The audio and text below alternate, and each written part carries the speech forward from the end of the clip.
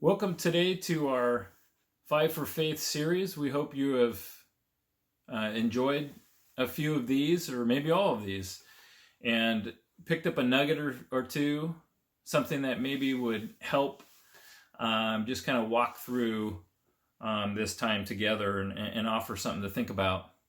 Forgiveness. Forgiveness. It's something that we all desire to receive is forgiveness, don't we?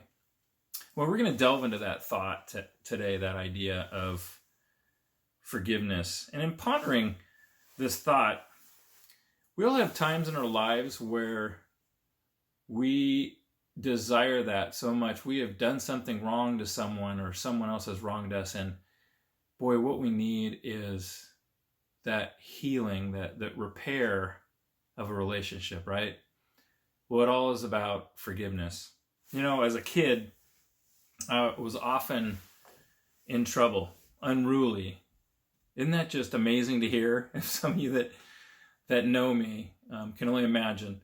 But my brother and I were often busted for something. And really, it wasn't something egregious most of the time. But we found ourselves busted for something, grounded or in our rooms.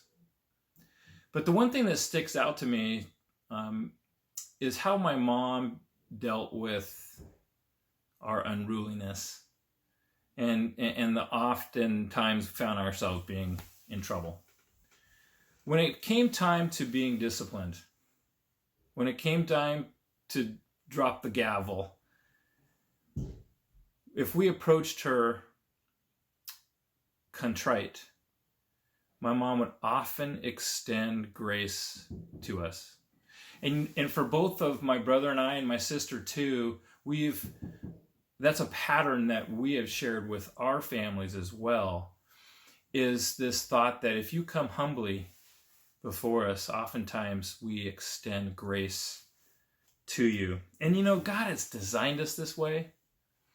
He designed us to emulate Him and to understand how He is the healer in relationships. So as His kids, we should extend grace to those who seek forgiveness. And you know, that's better said than done. How in the world, if somebody has truly wronged us or hurt us, and it's painful, even to the point where maybe you cannot be reconciled with that person anymore. They've passed on and they've done some wrongs to you. That's difficult. But first, it takes someone with a tremendous amount of humility to go before those parties involved and ask for forgiveness. That's the first thing. You know, the biblical story of Joseph with his brothers is a case in point here.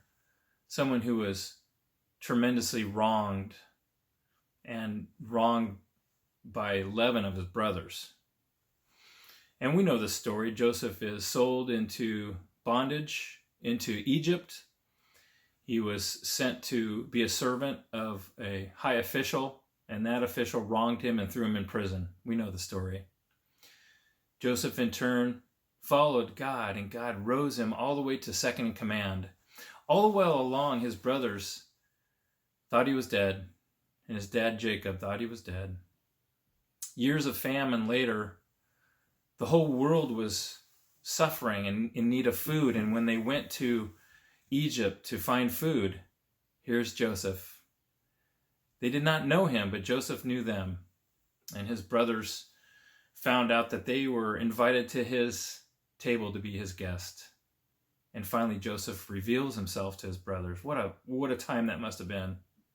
Everything was good, and as far as Jacob was still alive, their dad. But when Jacob died, the boys thought, oh man, vengeance is Joseph's, right?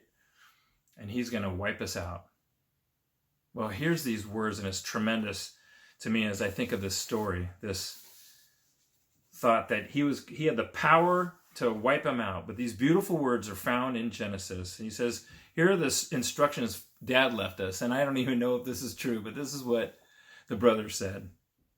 Forgive your brothers the sins and the wrongs that they committed against you so badly.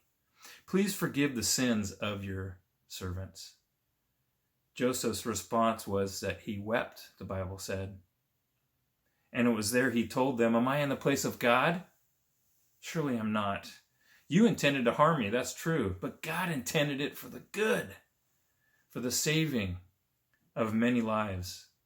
Joseph went further. He said, guys, I know what you're thinking.